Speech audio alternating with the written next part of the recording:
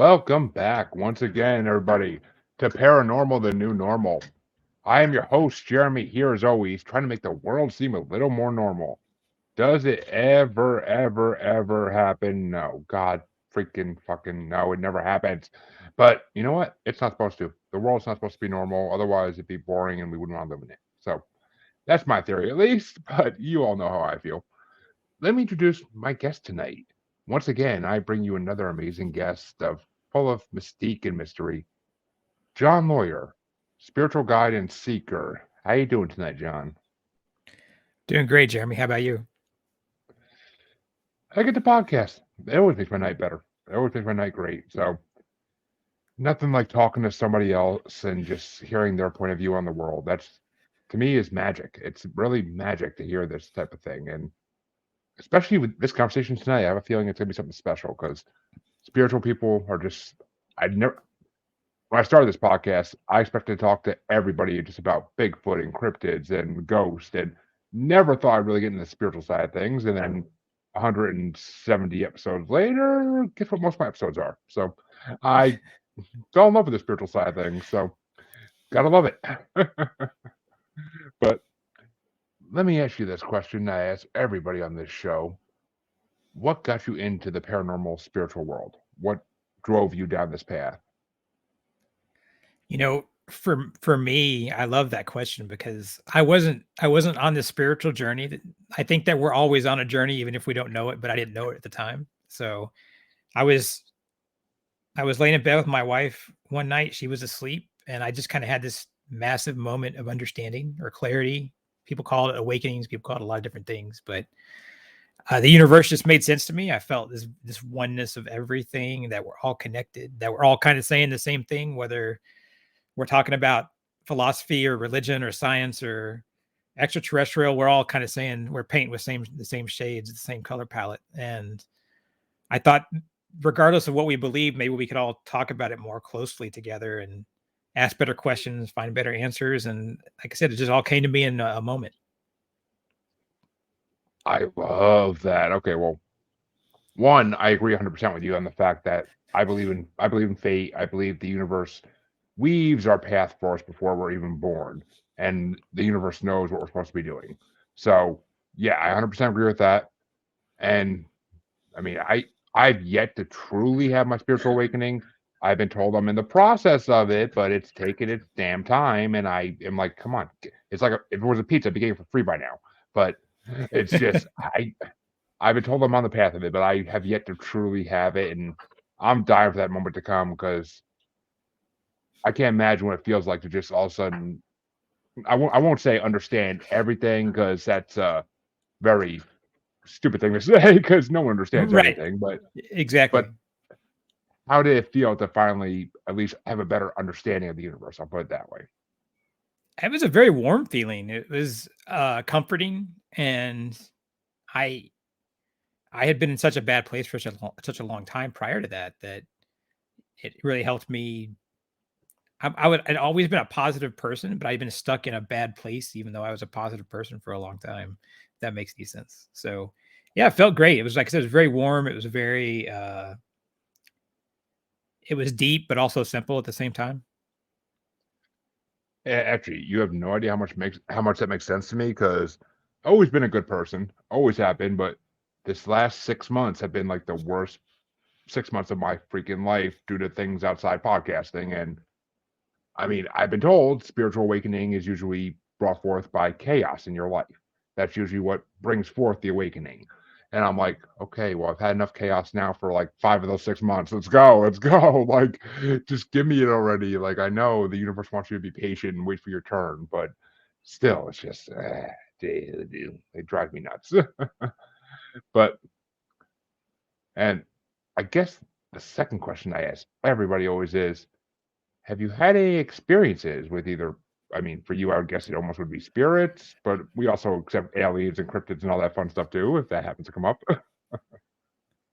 I've had some interesting experiences in my life with I I think I had some stuff in my house growing up. I'm pretty sure. Uh, I'm from Oklahoma, and I when I was growing up, when I was a kid, I was pretty young. It was one of my earliest memories. I used to see like an owl person. They call them Steginis in Native Americans. Oh, And I used oh, to, yeah, I used to see one outside my window, a shadow in my room. I kept talking about it. My parents actually got me blinds, put me blinds up in my room, and it went away. But um, that was probably my earliest experience with something that was like other than normal. And uh, well, it's funny you say that because I mean, the owl is often associated with extraterrestrial too.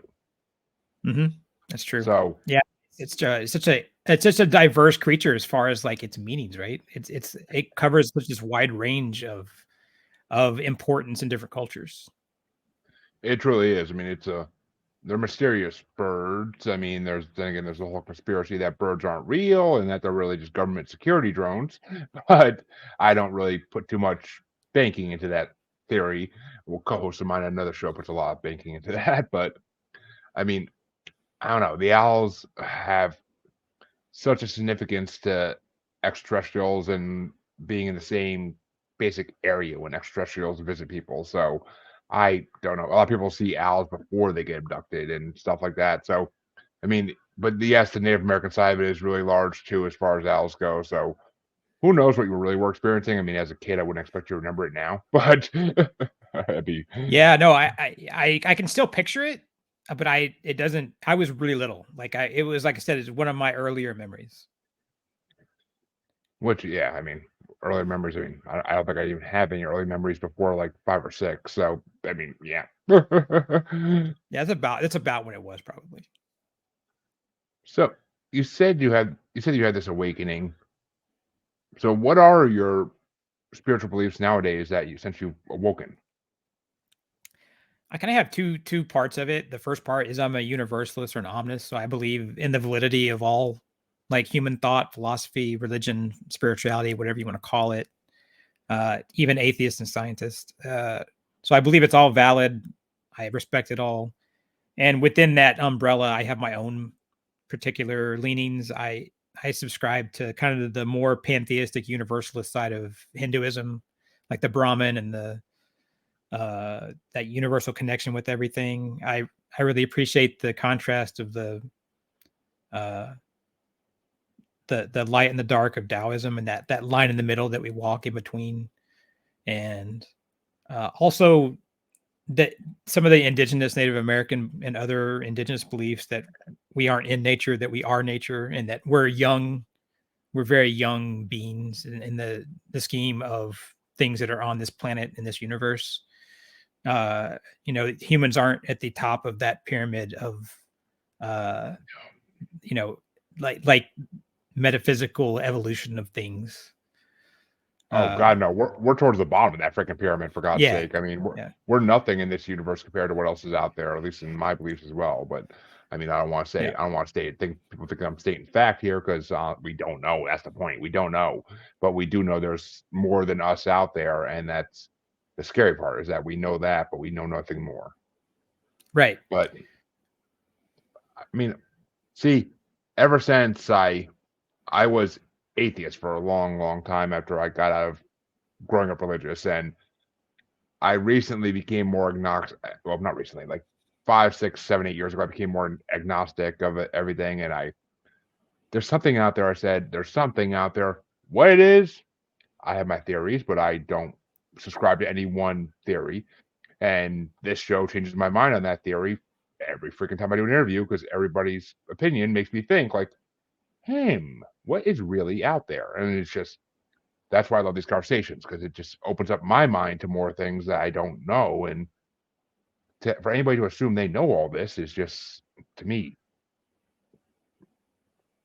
stupid. I mean, for lack of a word I Yeah. don't want to say on my show, but I mean, it's just stupid. I No, mean, I resonate a lot with that, and that's actually my core belief is that we don't know if we're right. We might know ourself and know our true self, but just what because I know something doesn't mean that it's the same truth for someone else. And, exactly. and so I think we all have this very unique path, and that like what you believe can inform things for me, but I'll probably have a different perspective or mindset on it.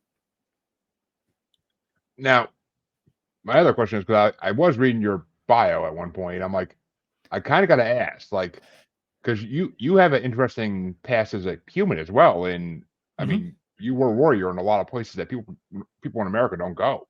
So I'm kind of curious, like, how do you go from being a warrior in these countries to being like a spiritual person? Because I mean, I don't want to think that none of these people are really spiritual, but I mean, it's kind of different sides of the spectrum in a way.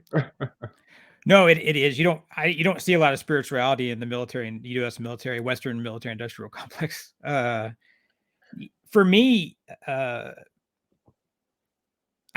like I said, sometimes you're on a journey, you don't know it. I was on a journey. As growing up, I'd always wanted to go to the desert. I saw Lawrence of Arabia and wanted to do that, to be Lawrence. And it's one of those be careful what you wish for situations, because I ended up, I joined the army before 9/11. It happened about a year after I got in. And so I would end up spending most of my young adult life, the first 12 out of 15 years of my adult life, I would spend in the desert in Kuwait, Baghdad, and Kandahar, Afghanistan. And I was in counterintelligence. I was Army counterintelligence special agent, and I loved my job. And back then I was very idealistic. I believed in what I was doing. I believed in the mission. I believed in making the world a better place, as far as I saw it through the lens of the U.S. patriot. I don't subscribe to that anymore. And I saw that the longer I was part of that machine, that dark machine of the military industrial complex, the more I came to see the humanity and the people that we were fighting against. I saw it chew up people like me and my friends and my brothers and sisters in arms. It just chews you up and spits you out continuously, And so I think that experience was valuable in so many ways. I learned a lot about myself. I learned a lot about the world. And when you're a part of that darkness too, the good thing about it is you're able to see light, and understand the balance in between. Now there was a long road of overcoming trauma and PTSD and anxiety and Well, of depression course. I after, mean, but that darkness really helped me see the light. well, I mean, okay, well, I don't really go into my military views on this show or any show, but I will say I respect those who serve, and thank you for your service, Sure. of course. I do respect those who serve. I am not a fan of the military complex overall because of the ones leading it, but that's a different story completely. And the people who are serving are not in charge, so they're just doing their job, which I respect that. But I gotta ask, Kandahar. Have you heard of the Kandahar Giant? I've heard of the Beast of Kandahar. Okay, my curiosity just got freaking shot to like 11. Uh, I want to but know we're talking about the same thing with different names, but I've not heard of the Kandahar Giant though. there is a picture that has circled the internet many times now, and I've heard people on podcasts tell stories about it from when they were over there. Supposedly, the U.S. military killed an actual giant in Kandahar, Oh, interesting. which I mean, I I don't know. I must have missed it. It Yeah, no, it was I did. mid to late 2000s, I believe, but I was over there 2000. I was over there 2008 to 2014. I spent 6.5 years consecutive in Kandahar. I was there for a long time, but jeez, I did yeah, see this. I did see what I thought was a spaceship in Kandahar. would not surprise me at all. Over the But airfield once, that I was almost positive it moved. It moved almost like a flock of birds. And it might have been a flock of birds, but it didn't quite seem that way. It definitely wasn't any. I spent a lot of time on Kandahar Airfield, so I saw a lot of aircraft, and it didn't look like any aircraft I'd ever seen. well, I mean, a UFO over a military base is nothing that's unheard of. I mean, they love Right. to watch our militaries all over the world and see what they're doing. I mean, it's just or they're just visiting people they know there, but that's a whole nother theory. But I mean, Right. well, at least in the US, I would bet more on that than anything. But that's, I mean, it may have been like a camouflage type thing they had for their ship where it was supposed to look like a flock of birds, but it wasn't exactly functioning properly that day. Maybe, I don't know. It's who knows these things. But the Beast of Kandahar, I'm kind of dying to hear about this. Well, that's a if you look on open source media, the Beast of Kandahar was a unmanned aerial vehicle. Allegedly, it was an unmanned aerial vehicle stealth UAV drone that was stationed in Oh, Kandahar. okay. Yeah. See, I'm expecting like a whole cryptid story here, and not what I was expecting. But I mean, well, I just actually had a guy on last night who has supposedly seen Jinn. So I had a long discussion about that last night with this guy, and Uh, I mean, I Jinn are a thing over there. So I love the Sufis. I really appreciate the mystics, the Sufi mystics in Islam. In the whirling dervishes and Rumi. I really love that aspect of spirituality. Actually, yeah, I mean, they're actually very spiritual in the eastern part of the world. They really are. They're more spiritual than we are in the western part by far. I mean, people want to call Christianity and all its sects spiritual. I kind of have to shake my head and be like, no, you don't know spirituality, and if you think that's spirituality, but singing the same songs every week and saying the same psalms every couple months is not spirituality. It's just you're being told what to do by a mass head, and you're paying to do it. So have fun with that. But I mean, in yeah, my opinion, dogma, at right? least, Yeah, exactly the dogma of it all is just good Kevin Smith movie. But the dogma of it all is just, I mean, I I have my own views on religion too. There's people on the show have heard me say my reviews on religion. I don't need to go into it again. But I'm not a fan of organized religion for most part. I mean, I guess I should probably change that nowadays because I do. Okay, yeah, actually, no, I'm not going to change it. I'm not a fan of organized religion. Organized spirituality, I am perfectly a fan of, and that's to me acceptable. But organized religion, where you're paying someone to talk to you, yeah, I'm good. I'm good. I did that for the first 18 years of my life. I'm really good. I've been there, but I mean, it's have you, so did before we move on, I just want to ask, did you see anything else weird while you were over there in all those different locations you were in? yeah. We were walking home one night with my wife from the embassy. We were walking back to the trailer in Iraq in Baghdad, and a desert jackal crossed our path. That was kind of a. It was late at night. It was something that just happened. It was kind of it was almost like an omen. I forget what was going on. Something happened, but it almost felt like an omen. Uh, so Oh, I mean, a jackal over there. I mean, I guess that's the same as a black dog or a shuck in England or a black cat in America. I mean, same type of yeah, I think mythology, so. I'd say. But Yeah, yeah, and I mean, jackals are pretty normal over there, if I'm not mistaken. Like they're pretty common. yeah, they're around. Yeah, they're not completely uncommon. I And mean, they're basically like the but you know, coyotes of the Middle East. yeah. The only other strange thing, the strangest thing, you might have seen it on the news, but when we invaded Iraq from Kuwait, I was in Kuwait. I was at Camp Doha at the time, and I don't know if you remember that massive sandstorm that slowed the advance to Baghdad that came in. Well, okay, Uh, when 2001 happened, I was in 7th grade, so I don't remember too much about oh, okay. So that okay, I got you. I'm dating myself. But a little bit. there anyway, we were march the U.S. military, the Marines, and the Army were marching from Kuwait to Baghdad through Iraq, and they just had to completely stop because this massive sandstorm happened, and it was between Baghdad all the way down into Kuwait. And I mean, you couldn't when we walked outside on Camp Doha, you couldn't even see your hand. It was one of the worst sandstorms I'd ever seen, and I've been in a lot of sandstorms. And I think it was interesting that we were invading Iraq, and we actually literally had to stop our advance, and there was this historic sandstorm at the same time. I've always thought that was pretty significant.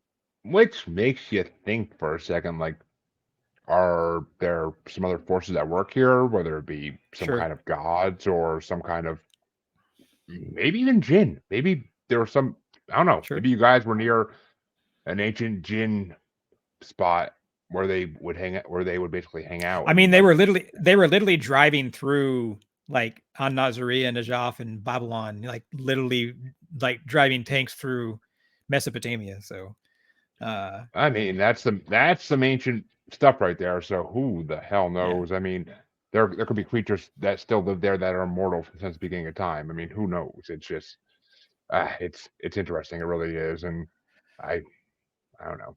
I still I still have yet to bring someone on my show who is a expert on all the cryptids and weird things that happen over there, and I want to find like a native who knows all this stuff, but it's hard to. right.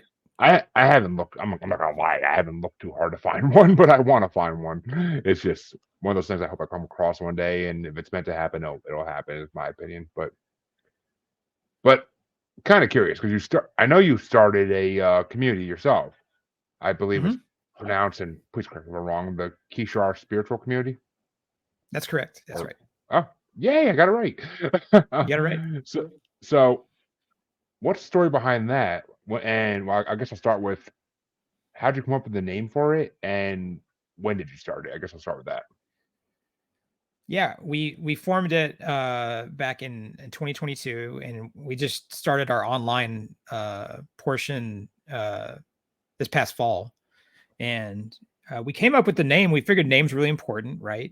Of And course. so Kishar is the Sumerian goddess of Mother Earth, Gaia, and the name also represents the line on the horizon, which we think kind of beautifully encapsulates the journey that we're all on. And um, yeah, I think that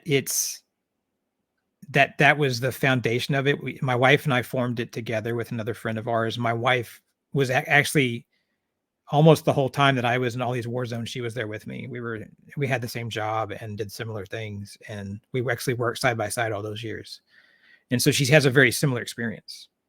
Oh, I mean, that's beautiful. I mean, I was gonna when you first said like that, your wife was there with you when at one point with the jackal thing, I was like, they let you bring your wife to war? And I'm like, that's unheard of. And I'm like, Yeah. oh, okay, if she was in the military too, that makes sense. But Yeah. Yeah. We actually got married in Kuwait. We've been married 20 years. We got married in Kuwait. Our wedding certificate's in Arabic, actually. But uh, so and a friend of ours also is a co-founder, and she grew up in the Balkans during the wars there, and we met her in Afghanistan. She ended up going to Afghanistan to work as well. And we wanted to create a place that we figured that even in this modern digital age, there's still room for authentic, meaningful human connection online, oh, of and course. that we can have good conversations just like you and I are having right now. We can have that in a community that's not Facebook or Instagram. It's smaller. It's kind of walled off from advertisers, from trolls and noise. So it's peaceful and calm and quiet, and it's a place where people can talk to one another. They can just lurk and watch other people talk if they want, and like I said, ask better questions about, well, what do you believe and what do I believe? What's my journey? What's your journey? And we can be students, we can be teachers, and even if we have different spiritual practices, religious practices, philosophy, or whatever, we can sit or stand side by side and have a meaningful practice.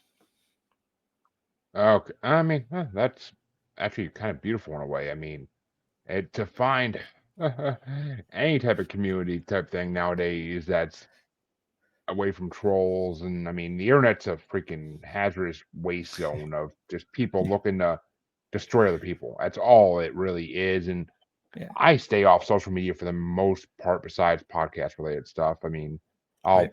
I'll I don't even share memes anymore just because I was sick of the trolls when I did. Like, God forbid I share something I think is funny and everybody else think it is like, oh, that's wrong. I'm like, no, I found it humorous, but okay, whatever you want to believe. It's not my place to judge you for believing that. But so I mean, it's nice. I mean, and of course, you're not the first person I talked to that started a community like this, and I think that's the future. Kind of. I think we are going back into a smaller community type world. I mean, especially with everything that's going on in the world the last month, especially. I mean, between North Korea and Russia and the United States. It's just things are getting scary again, Cold War almost style. So, Yeah, I think there's space for it. I agree. I think that the internet can move back into a positive direction if we just kind of take back a little bit of control ourselves and make some choices about where we decide to spend our time and our energy.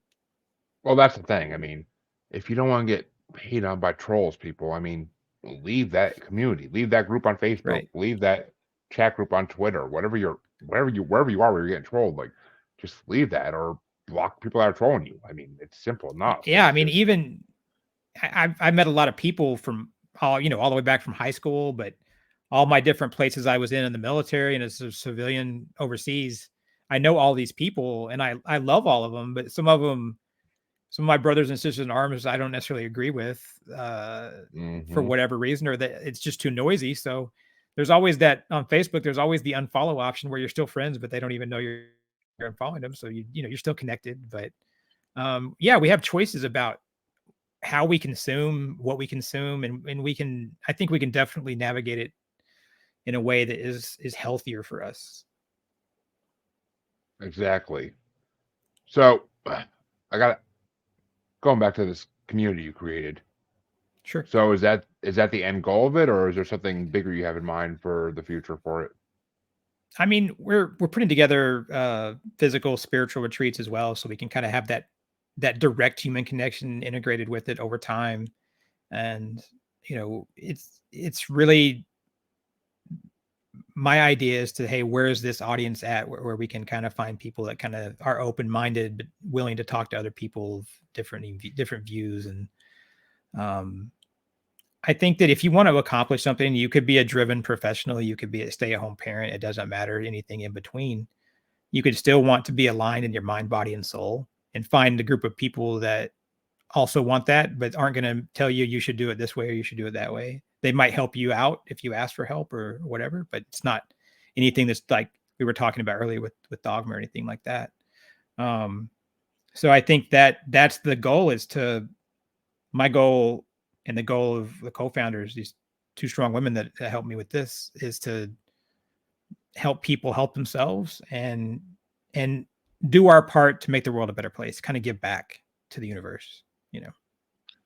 I mean, that's the point of it all. We're supposed to give back to the universe after it, because the universe technically birthed us in a way, so we Yeah. should be giving back to it in some way or form. And I mean, my way personally is this podcast because it lets people such as yourself speak their piece and educate other people on what they believe. And to me, I've been told by psychics and mediums, this is what I'm supposed to be doing. This is my purpose. Whether that's true or not, I'll never know, or I may know when it's too late. But still, to me, it feels right, so I keep going and keep trucking forward. And 170 episodes released and 200 episodes recorded. It's never going to end. So I'm good with that. I No, like it's it. amazing. And the thing about that is beautiful. What I see beautiful about what you're doing is you know what your purpose is and you're living it. So you're aligning your purpose with how you're living. That's an amazing thing. A lot of people, so many people don't do that. I mean, I work with people quite a bit on that. How do you Yeah, align your purpose? How do you know what your purpose is? And if so, do you align that with what you're doing every day with, your life? And I think that's an incredibly powerful thing to go live your purpose. it really, I mean, if it truly is my purpose, and I mean, I want to say it is, but like I said, I will never know truly if it is or not unless something speaks to me and tells me that it is. But I mean, it may have been speaking through these mediums, but I don't know. I'm the type of person who needs to be told something directly. I can't be told through people and expect to believe it. And I'm a self doubter 100% of my life. But I mean, I love it. It's just my way of giving back. And I randomly joined a pop culture podcast, and then they just said, like, you need to start your own podcast for something you love talking about. And I was like, paranormal. And like I said, it wasn't what I expected to be right off the bat. I did not expect to be talking to mediums, psychics, or anybody in the spiritual realm, really. And it just kind of all happened. And I'm like, after a while, at first I was kind of like, oh, why is everybody that is willing to come to my show mediums, or why are they psychics or clairvoyants? And no offense to previous guests, because I love you all, but it's just once I got like 30, 40 episodes in, I was just like, all right, you know what? These I have learned more about myself from talking to these people than I've ever thought possible. So this is the right thing to do. I'm learning who I am. I'm learning what I'm meant to be. What I'm meant to be. What my future may hold. So I mean, fuck it, let's do it. I'm down. I want to know this information, and now it's almost like a drug to me to talk to people in the spiritual sector. It's like, what am I gonna learn about myself tonight that I didn't know already? Because these mediums come out of nowhere with just like all of a sudden they have these things to tell me, and I was like, how did you know that? It's kind of creepy, but how did you know that? Because nobody knows that about me. Like it's just, I don't know, it's magical in a way, and I love it. I love it, but Yeah. It's about, to me, that's, you know, it's being open to the universe. When you're open to the universe, amazing things happen. And like, if you're, there's all this stuff out there. If you're in receive mode, then you can see it. You're prepared for it a little bit. And you talk about it's almost magical. I feel very much that magic is this natural thing. We call it supernatural, but in reality, I think magic exists. I mean, someone walks into a conference room and they can turn the energy from bad to negative, or from one way to the other just by walking in and out of the room. I mean, I how's that mean, not magic? I agree, and I mean, the term supernatural, it technically, I mean, it is natural, but same as paranormal. The reason we call it supernatural because we just it's things we do not completely understand yet, and Right. like like my podcast is always in the top 3 of the science podcasts on Good Pods, and people ask me all the time, "Why are you in the science category?" I'm like, "Because the paranormal is the science of the unknown. Science. That's literally what Yeah. paranormal means."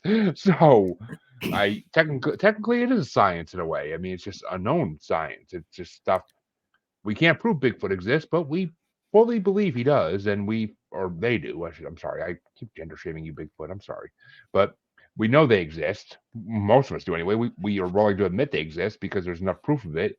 But just because the world doesn't want to admit something doesn't mean it's not true. I mean, look at what just got released today with the Epstein list. But yeah, we won't go into that. We will not go into that. This is not a political podcast, but I just Right. had to bring it up. I had to bring it up. So you are also a spiritual guide slash coach. So Mhm. how would people benefit from one-on-one sessions with you? Because I mean, I've talked to plenty of coaches and guides before, but what about what's unique about your services? Sell yourself, man. I Yeah, yeah, I love it. I think for me, it's about it's still part of that giving back. And also I can tell people I've been there. I've seen trauma, I've experienced trauma. I've had depression, anxiety, PTSD, OCD resulting from my time overseas. I've stared into the abyss of insanity. I've seen it. I was there. I didn't quite let go of the cliff and fall in, but I saw it. And I think when you've been part of this darkness, when you've, because I didn't just see the darkness. I was in the military. I was in the U.S. military industrial complex. I was part of the darkness, and I Mhm. that's people like that's a weird selling point. Well, I think the thing is, I've seen this darkness. It helps me see the light. I can see that gray line in between that we can walk, and instead of choosing to look at the dark, we can choose to look at the light. And I also have modalities and methodology to to customize what works for each individual person based on their experience.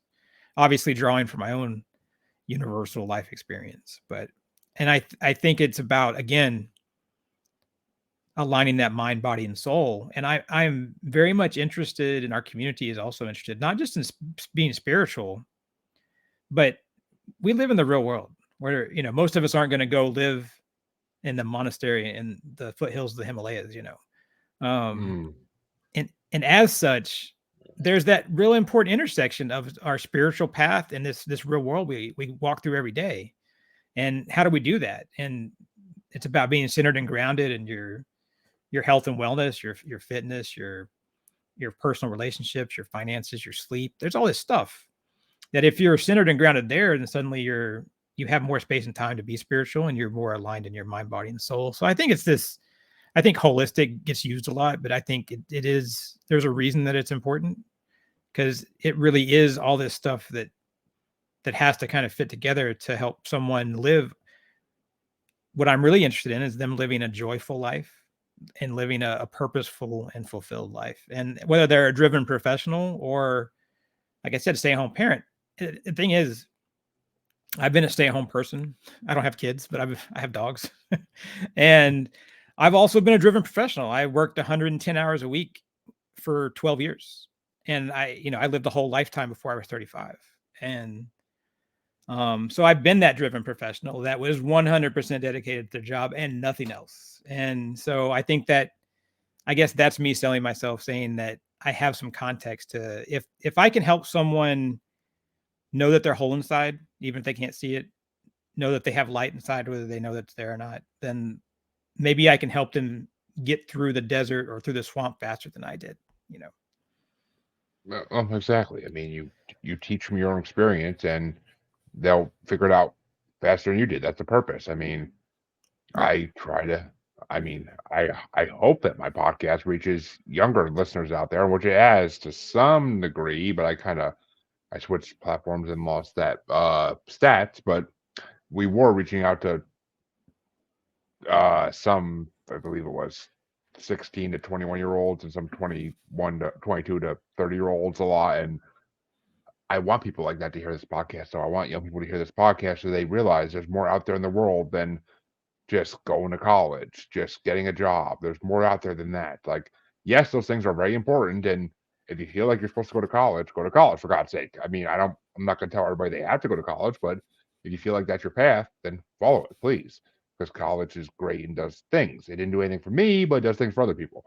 I mean, Right. I, yeah, college was a disaster for me because I just couldn't figure out what the hell I want to do in my life.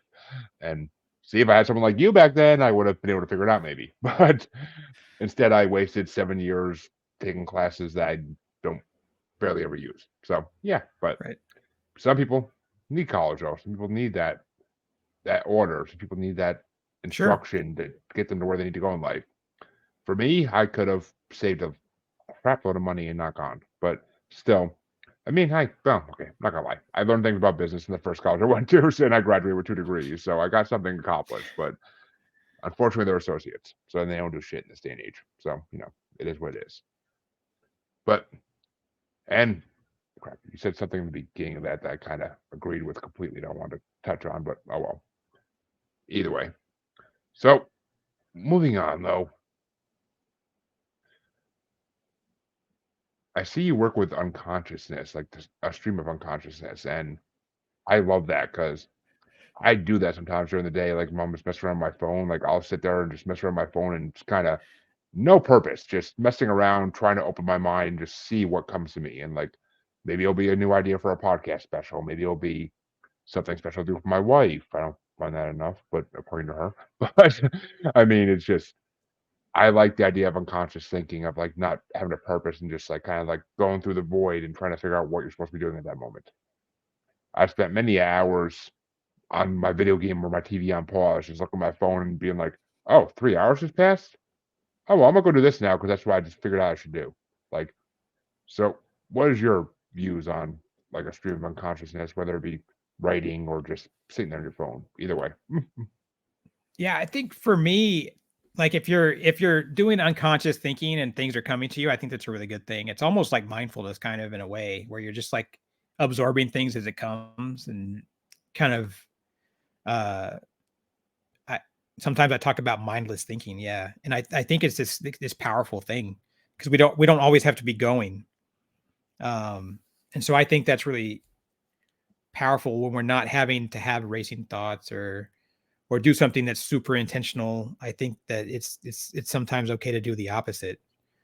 And then sometimes when I talk about the stream of unconsciousness, what I'm talking about with that usually is more of that society stream of unconsciousness that's pulling us into the status quo. Like Exactly. it's pulling us to do.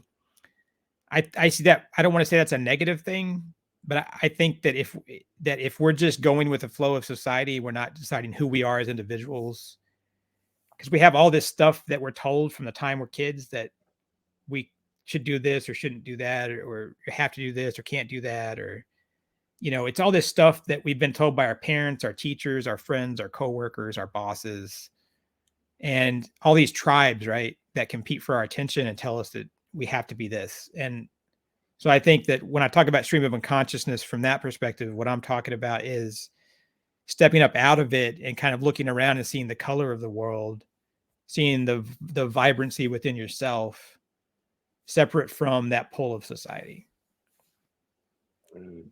Which I agree with completely. I mean, I used to be the opposite of that. I used to think, oh, TikTok's stupid. I used to think people who are on Facebook spilling their life stories are stupid.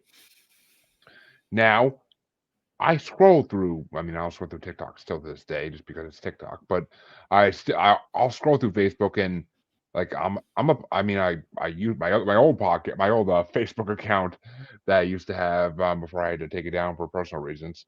Um, like I used to have a lot of followers, so I would see so many random posts a day. It was ridiculous, but it started getting to me. I started just spending hours, I mean, at work sometimes, but hours just sitting there reading like random posts by people that like I only somewhat knew because of their name and see them on Facebook. And it's just like I learned to appreciate things from different aspects by viewing how all these other people started viewing things. And it makes you realize like I mean, yeah, it's having an open mind, but it's also just you're seeing the world through different eyes. And that's kind of the one benefit of social media I'll give it. I don't think social media is good. I don't think it's an improvement on society, really. I mean, yeah, it can help if someone loses their wallet. Oh, it may help it may help them find the person who lost it faster. Yes, there are benefits like that, but overall, social media is kind of a downfall for society because we stop doing things that are I don't want to say useful, but we stop doing things that are important, like educating ourselves, reading. We stopped. I mean, we even stopped like watching documentaries and stuff like that, or just watching whatever's on TV or watching the news because oh, this person I know from Facebook is having a bad day. Let's read what they say. And I mean, it's just, but it's mind opening at the same time. I mean, I don't know. I hate social media because of the people that abuse it, the trolls, the scammers, the fakes, like the women that try to get money off people by using it. I mean, I'm all for OnlyFans with ladies. I support OnlyFans 100%, not with money, but I support it mentally. But I don't have the money to support it. But I mean, I know OnlyFans workers and I support them fully. If that's what you got to do to make money and if you're happy doing it, then God bless you. Men like me, thank you for your service. But I mean, it's just that's the way I see it. I mean, like social media has its more downfalls than I guess upfalls at this point. But I mean, it's just I don't know. I mean, the world. I don't know which way this world's going, and things lately just have been very dark for this world. And I've been told there's a bright light coming through in a few years, but are we going to make it to that light? That's my issue with the world. Yeah, I don't know. I think no, go ahead. Oh, please. I was gonna say, as a military man, what's your opinion on all this stuff going on in the world? Yeah, there's a part of me I try to get I'm not in politics anymore, and my job I had to kind of understand geopolitics for my a job in counterintelligence, and Of course. I've always been so invested in geopolitics and been passionate about discussing it, and I still follow it to an extent. Um, I mean, how could you not? I yeah, right. In this day I'm and not age, how could you not? right. It's hard to just be completely separated from it. Uh, I I believe that we all have kind of very unique perspectives on where the world's at from a dark light perspective. I think it's very individual. I think overall, I have I have great hope and faith in humankind. I think we're going to be okay. I think we've been okay for a long time, and I believe that there's always going to be strife. There's always going to be darkness, but you know, there's so much light out there that I think gets ignored by what you were talking about with social media and Hmm. mass media. And I don't think it's some kind of conspiracy or everything. People always talk about all this stuff out in the world, you know. I think that Madison Avenue and that whole Mad Men, you know, the advertising, marketing, sales complex that we see coming out over all these years is very good at what they do. and that's been co-opted by consultants and media to give us certain messages. And I don't, like I said, I don't think it's a conspiracy. It's just kind of just is what it is. And so I think we're okay. I think there's a lot of good going on out there that we don't see, that we don't notice. And if we can just, if I go talk to my neighbor, regardless of what I believe, regardless of what he or she believes, we probably have 90% in common. Like, we want healthy children and healthy communities and safe communities, and we want to be joyful and all that. So why do I want to get into an argument with them over 10%? You know? Exactly. I mean, it makes sense. I mean, I hate bringing things back to pop culture. Well, actually, no, I don't, but I love doing it. But it kind of something like that reminds me of like that King of the Hill second or third episode where he meets Khan as his neighbor, and they just kind of start like they realize at the end of the episode they have more in common than they think, and Right. it's that I mean, but it's a good point for the world. I mean, just because someone's from a different culture than you doesn't mean they don't have a lot of the same issues and a lot of the same problems that you have. And Yeah. yes, they may dress differently, they may act differently, but they're still a person at the end of the day. That's what matters. And they still are going to be worried about their family. They're still going to be, like you said, they're going to be worried about their jobs. Like every human has basic needs at the end of the day, and we're all just trying to meet those needs and possibly get a few wants in there as well. But that's hard to get by nowadays, especially the way prices are going up. But I mean, that's the scary thing with this world is more than anything is the dollar value is so freaking low that it's just, I mean, when it cost me, when it will cost me $50, $60 to get a package of steak that used to cost like $20, it's freaking sad. Like, it's just sad. Like, you can't even eat good steak anymore because it's too expensive. It's just sad. Like, Yeah. I mean, this world saddens me and stuff like that. But, oh, and there's the solution. Let's make steak in a lab. No, I'm good. I'm good. I don't want no genetically made steak. I'm freaking good. Either butcher damn cow or don't sell it. Like, god damn it. Like, I mean, God help the cow. They're nice creatures, but still, I mean, it's just I don't know. I a lot of things about this world scare me, but once again, I'll say, as a military man, I would kind of be possibly shunned by the paranormal community if I didn't ask. What do you think about extraterrestrials? As a military man of many years, many years, what is your theory on extraterrestrials? Because I'm sure you might have, or you might know something we don't know, and you might not be able to say it. But what is your theory on them? That's a good question. Well, the first thing I will say on that question, I don't get asked about that very often, but since you asked, I will say that my counterintelligence partner when I was stationed in Kuwait, way back when, was Luis Elizondo. So I've known Lou for over 20 years. Why do I know that name? I know that name from somewhere. I just can't place it. He was one of he was the Undersecretary of Defense at the Pentagon that came out with all that stuff a few years ago. Oh, okay. I know I knew the name. I just couldn't place it. Yeah. He was I used to work a project with him in Kuwait, a special project. But anyway, I believe that there is definitely stuff out in the universe that isn't human, that is sentient, that behaves in a way, because I think trees are probably just as sentient as we are, but I think there are other stuff out in the universe that behaves in a manner similar to humans.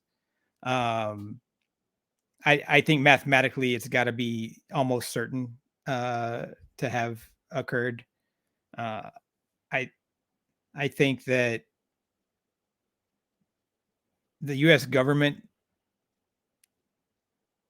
could potentially, obviously, in other world governments, could potentially be obviously knowledgeable of this. I will say that having worked in the government, it is really hard for the government to pull off conspiracies and um, things of that nature. So it can exist, but it's going to be at a level that's so so high, so beyond Well, anything I mean, I had really high security clearances in the military, but it would be so far above that I that mean, I like X-Files type stuff, like I was gonna say that's. I mean, yeah, everybody knows that extraterrestrials and the governments have some kind of agreement that it would yeah, be the Smoky Man from X Files level, yes, like yeah. like It 12, would have to be that, 12, like 10 to 12 people in the U.S. government know about it, and that's yeah, it.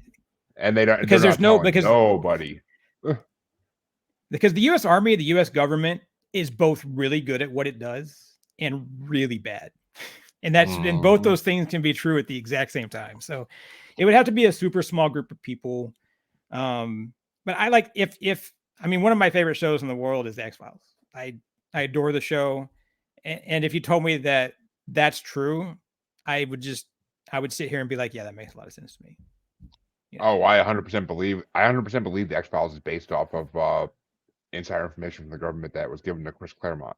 But I 100% believe that because I mean, there are certain shows that touch on things that, and they touch on them in such a way that I can't believe the government doesn't have like a. There's got to be some connection there between the government and the show because I mean, certain shows just are too close to what I believe is the truth in the world. I mean, Yeah, there's I mean, I wouldn't doubt that in the 80s, 90s there was a smoking man in the government who was in the back room at all these deals and knew what was going on and just played his part. yeah, This, I yeah, mean, it's self-preservation. That's all it is they're playing the part for self-preservation at the end of the day. But still, it's just I mean, and yes, the government is really good at what they do and really bad at what they do. I mean, we all see who's president now, Sleepy Joe, but I am not a Biden fan. My audience knows that I'm not a Biden fan at all. God, I mean, Trump is no fucking saint, but Jesus Christ. I mean, it's just it is what.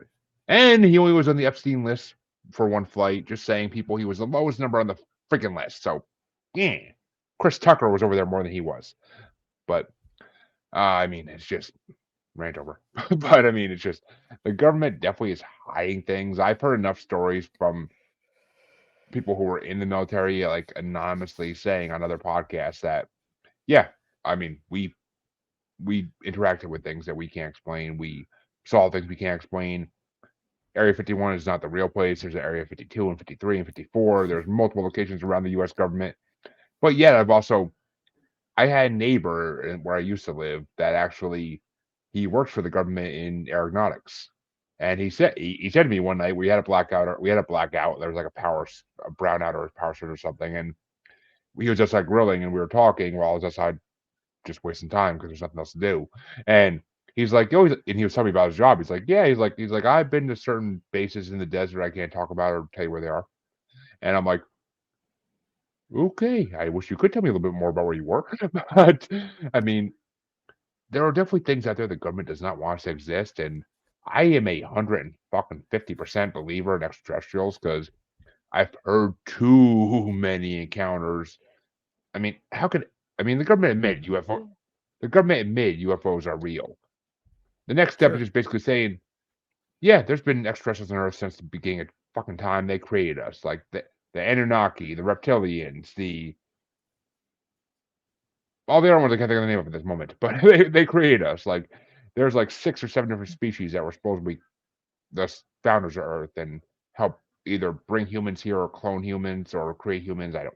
There's multiple yeah, theories. I don't want to pick one, but I mean, I 100% believe in extraterrestrials. There's just undeniable proof at this point, but and the government, I feel like, knows things. I mean, I don't know if you ever heard of the Valiant Thor.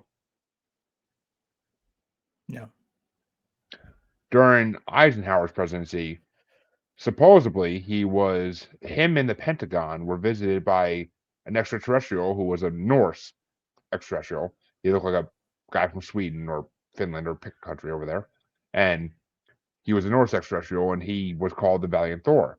He supposedly stayed with Eisenhower and went back and forth between Eisenhower and the Pentagon and was trying to convince the world not to use nuclear weapons.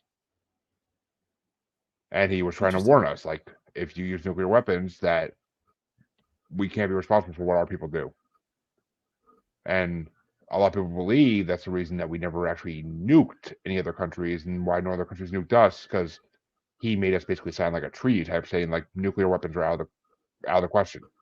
I mean, that may get broken by now because it's been, I think Eisenhower was in the 60s or 70s, so it's been 50 years at least. So who the hell knows at this point? Like, they could forget it ever happened at this point, but there are actually pictures of him sitting on a stage while Eisenhower's talking into a mic.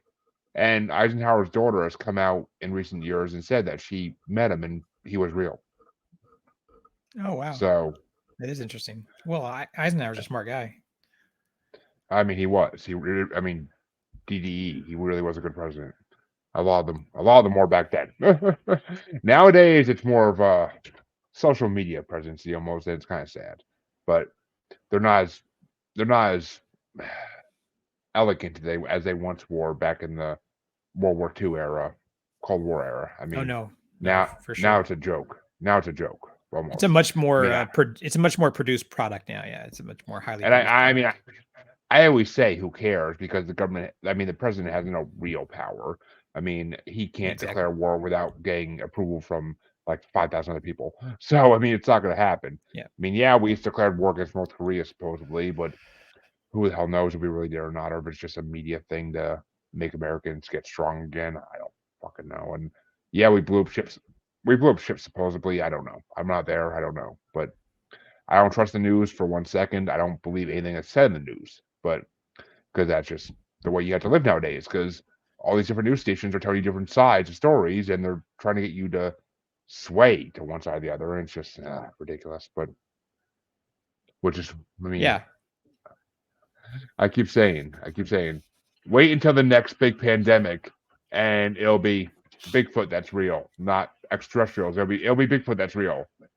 Maybe they're related, maybe they're not. I don't know. I'm not an expert in any of this, but well, actually, okay, I kind of am an expert in some of this, but I mean, I don't know I'm not an expert in the government. No one is, and that's another thing I believe the government knows exists, and they've known existed for a long time, and that's Sasquatch. I mean, which I gotta ask, as a military person, do people in the military actually talk about Sasquatch, like the idea of it being real, and like, has anyone ever said like, oh yeah, the government hasn't been this facility? I mean, I'm sure you name I mean, names, but so when I was a soldier, I mean, I was in a unit that was just a bunch of counterintelligence special agents sitting around with top secret security clearances, and we talked about pretty much everything. But everything's so compartmentalized in the government. That whole need to know thing that you can have a really high security clearance, and if you don't have a need to know, then like shady things happen in the military industrial complex. oh god, yeah. I've seen some shady things happen in my career that you'd be like, that shouldn't happen. Well, Stuff yeah. disappears, things disappear, stuff that you knew was there, and you go look for it, and it's not there anymore. That stuff kind of stuff's happened. But and that's another reason that if it's if stuff like that is happening, and it very well probably is, it's happening at such a high level that it's way beyond anybody's reach. Well, I don't know where you are from originally in the United States, or if you're in the United States now. I don't know, but I don't know if you're from the West Coast, you may have heard of the Olympic Project. I am not familiar with it. I'm from Oklahoma originally. Oh, you did say that. Okay, I'm sorry. Yeah, you did say that. So yeah, I mean, the Olympic Project is a area of national forest, basically, on the west coast of Oregon, and I believe Washington State as well, that people aren't allowed to go to a lot. But I mean, Small Town Monsters got to film a documentary there, and it's basically believed to be a protected area for Sasquatch. That's where I want to move. I want to move to the Olympic Peninsula. That's where I actually want to go live. Well, you are going to be in their freaking home territory then, and I mean, Small Town. I talked to a couple of different members of Small Town Monsters on this podcast, and I gotta get more of them on. I really got to reach out to them again. They were great guests, but they talk about how on the Olympic Project there are literally what they call Bigfoot nests, just these big circular areas where it looks like Sasquatches use them for beds because they're all flattened down and broken sticks and trees all around them. It looks like a Sasquatch like nesting habitat. So I mean, I feel like the it's a, government has to know about it if that's the case. I mean, probably, you know, and like what humanoid creatures can do is pretty impressive. I mean, look at what humans do. And there's no reason to believe that if Bigfoot exists, that it's not highly intelligent. And I mean, even in Afghanistan, like I looked at the way that they moved water around. They don't do aqueducts. They have these underground systems called carezes, and they're like underground aqueducts that they dig down, and then they dig tunnels that move water about, and then they can move about these tunnels if they're dry. Really interesting system. Uh, you know, showing that humans are completely capable of being tunnel creatures if they want to be.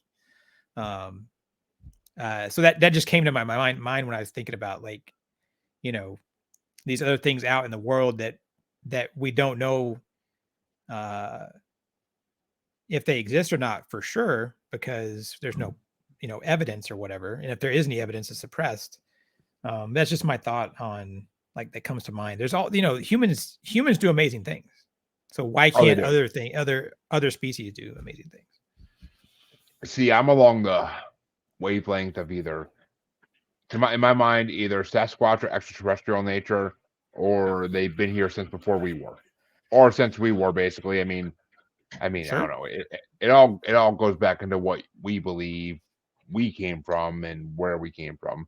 But I mean, the idea of Gigantopithecus, like being a Sasquatch back in the caveman days, and then supposedly humans killed out Gigantopithecus. Jesus Christ, saying that's always hard.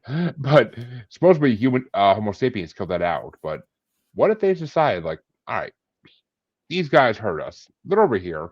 Let's go this way and just freaking hang out in the woods. Like, let's go Right. peep into the woods where they won't find us for thousands or hundreds of years, and let's just go that way. And I mean, there's stories of Native Americans trading with Bigfoot or having their women and children kidnapped by Bigfoots. I mean, the amount of stories in ancient history about Bigfoot is just freaking ridiculously like long. Like, it's just, And I don't know. every I mean, culture, and every culture has it, right? Yeti, Bigfoot, you know, Sasquatch, whatever. It's Sasquatch in America. Jersey Devil, you know, it's everywhere. Oh, okay. Well, Jersey Devil's a little different. A little different. That's one of those. Jersey Devil's almost more folklore, I'd say. But I mean, Sasquatch is America. Yeti or abominable snowman, as much as I hate that fucking term, is like Tibet. The Yowie in Australia. Japan has their own. China has their own. I mean, Europe has hairy men, I think they call them, and I mean the Middle East has them too. They don't talk about them as much because they're not. I mean, I think they're rare out there because of how dry and humid it is, and there's not really forests like that in most parts. But I mean, Africa has them. Africa 100% has them. I I gotta start looking people around the world talk about cryptids more.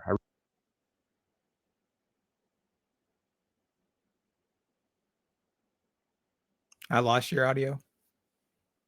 Can you hear me? I can't see. That should be better. Oh yeah, I got it. I got you. Headphones decided to die. Damn battery. But yeah, I mean, there's these creatures all over the world that no one can explain, and it's just like, what? How can this thing exist if no one can I mean, I don't know. I feel like people have to know about it, otherwise it's just like and yes, Moose Man, I agree with you. ET, take me. I don't want to be in this planet anymore. Fucking take me.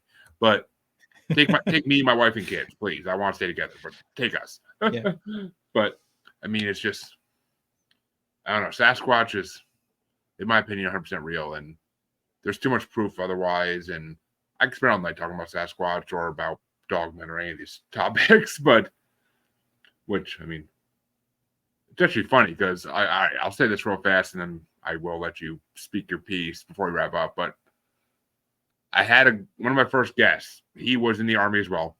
He was in Egypt at one point with his fellow soldiers, and one of his fellow soldiers saw a statue of Anubis, an Egyptian god, and Right. he started freaking out, like, what is that? What is that? And they like explained like what it is to the Egyptians. And he's like, I saw that same creature in my backyard in New Orleans when I was a kid. I mean, literally, when this guy said to me 2 years ago, almost like that story. He told me that story. I mean, this guy had a lot of great stories about being in the military and seeing things he probably shouldn't have seen. But when he said that, like, I literally almost took down my chair. I was like, "Are you kidding me?" And of course, his fellow soldier saw a Rougarou / dogman / werewolf a couple times as a kid in New Orleans. So, I mean, there's a whole mass of stories out there. Not even stories, but legends, or I guess tales of these creatures that we can't explain, but there's yet thousands of sightings of them. I don't know. Even if 75 to 90% of those sightings are fake, what's the other part? They're not all fake. Yeah. They can't be. People don't lie like that, but it's not some mass lie that we've been told to tell. Like, it's something that's been seen since the beginning of time for almost, like, I mean, all right, I'm going to go to the Bigfoot thing before I freaking spend an hour and a half talking about Bigfoot. It's just, I don't know. I mean, well, I was going to say, I fucking forget, but I don't know. I lost my train of thought on that one. Thank God, because it's probably a good thing I did. But just so many sightings of things that we shouldn't see, and yet we do. And I mean, I had something I did want to say. I had another person in the military I want to talk about, but I don't fucking know. Oh, okay, yes, okay. So I had this other guest on, and her father and her husband were military men. And her father would tell her stories about how during World War II, he was in the Navy, and he fought a battle on the high sea, of course, where velociraptor extraterrestrials were fighting for both sides of the conflict. Literally, I mean, I had to tell you this because it's one of the most outrageous things I've ever heard in my life, but I want to believe it because extraterrestrials can come in all shapes and forms. Who the hell knows? But I might explain where the dinosaurs went. But I mean, when she told me this, I literally was shutting back and being like you could hear me in the podcast, literally like just gasp for air for like 30 seconds and be like, "Are you fucking kidding me? Really? Really?" Like, I was beyond excited because it's like one of the most outrageous things I ever heard in my podcast, but it was also like one of the things where I'm like, that almost makes sense. And I'm like, in some degree, that kind of makes sense in the paranormal world. I mean, I don't give all my episodes away, but still, like, it's just things like that like I've had a lot of different people that with military, either military history themselves or their family members, and military people seem to know these things that like or experience these things that no one else does, and just almost makes me wish I was in the military, but that was not my path. I 100% fucking know that since I was in high school. That was not my path, and I don't ever want to be my path because I'm good. I am, especially nowadays, I am really good. But still, thank you for your service. You did something that I could never do, and I respect you 110% for that. But tell these people, okay, before you tell them where they can find you, if you can give my listeners one message to live by, what would you tell them? I'd say slow things down. We have more time than we think, and don't chase perfection in this world. It probably doesn't exist. It might exist inside of you, some divine thing inside of you, but it doesn't exist in this world we walk through. So don't try to be perfect. We have more time than we think, and take care of yourself. Love yourself. You'll be all right. Wow, that is fucking beautiful. I loved every second of that. Every freaking word of that you said, I was like, yeah, I agree with that. I agree with that 100%. Like, and I need to slow the fuck down tonight. But where can they find you? Where can they find your group, the Kishar Spiritual Community? Where can they find all of it if they want to find out more or possibly even take a look into joining?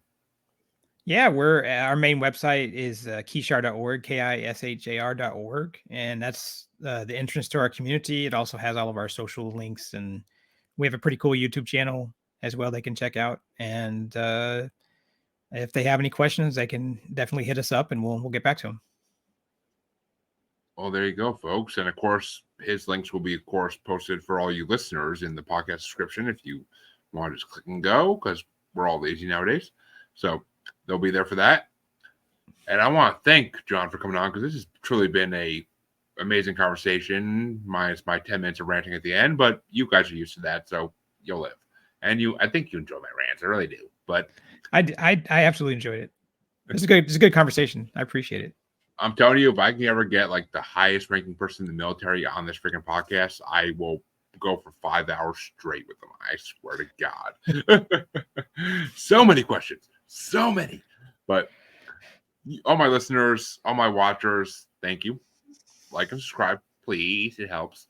And you know where you can find me. If you don't, check the outro. Shame on you for not knowing, but you can check the outro and find out. And I will be back next week with more paranormal interviews. And yes, your one-on-one brackets are coming back soon. I think I have a couple lined up for this show, but wanted to get some interviews in there because I haven't done a massive interview streak in a while, and I miss talking to people, just talking, not doing brackets, which are a whole different thing completely. But thank you all for listening. Thank you all for watching. It's always a pleasure to bring you entertainment like this, and please go check out John's site. Maybe he's what you need in your life. Maybe he can help guide you in the right path. I don't know. I'm not your parents. I don't know. But and I'm sure your parents don't know either, so don't go ask them. But as the great one once said, parents just don't understand. And with that, I'm ending this. Have a good night, everybody.